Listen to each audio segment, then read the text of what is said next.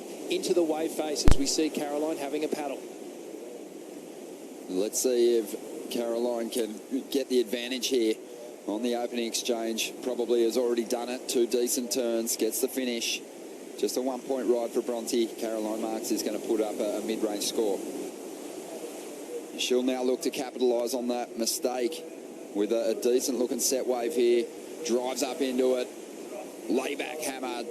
It might just be the one turn again. She's going to get out of this one. Not only do you have to have natural talent, but you have to be able to play the game. And I believe that Tatiana Weston-Webb is becoming a better student of the game. Here she goes. Tati, first turn, able to ditch the fins. Hard to do in that offshore wind, and she'll belt the second move. Solid surfing from our surfer representing Brazil. She'll be in the Olympics this summer, looking so sharp from start to finish.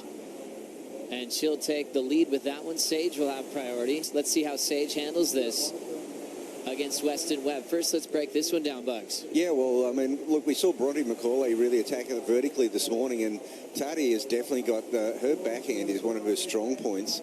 That was a great ride, and you know, it was interesting yesterday. You know, Sage did come through that heavy heat with Courtney, but I agree with Kaipo. I just see Tati really featuring in the West, and you know, carrying on with that momentum she got going at Narrabeen, and I think she'll be a star over here. But we were faced with some of the biggest waves that we've seen on the championship tour when we arrived here at Margaret River, and Carissa Moore has found a good set out there at the moment.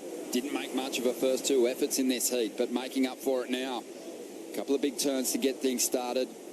She rolls through to that inside, a really clean connection. Carissa Moore, though, it was the combination of 2 huge turns on the outside ridge that I think is going to take this number pretty high on the scale. Yeah, nice clean snap to start things off, and then the second one gets the full wrap, and then the third finish off confidently right over the rock shelf. And this is just that trademark Carissa Moore carve. I love the style, the flow, and staying a little bit lower on the approach here at Margaret River right-handers. And, well, she doesn't really put a foot wrong. It's almost like a dance when you're watching Carissa Moore on a wave. And then just nice and critical. Didn't over-push it, just wanted to get that one completed. And she has one of the strongest backhands in the game. Split peak. And let's follow Macy here. So a nice turn to start things off. And with these smaller conditions, these left-handers starting to stand up a little bit nicely, and she's getting 3 turns there. That one really bowled out. She might get a chance to add some extras. Meanwhile, though, Carissa Moore's not going to waste any time on just stealing that spotlight. 2 big turns on the outside, moving through to the final couple of sections now, and sinking that rail nice and deep in the face of these waves, and she'll get a finish as well.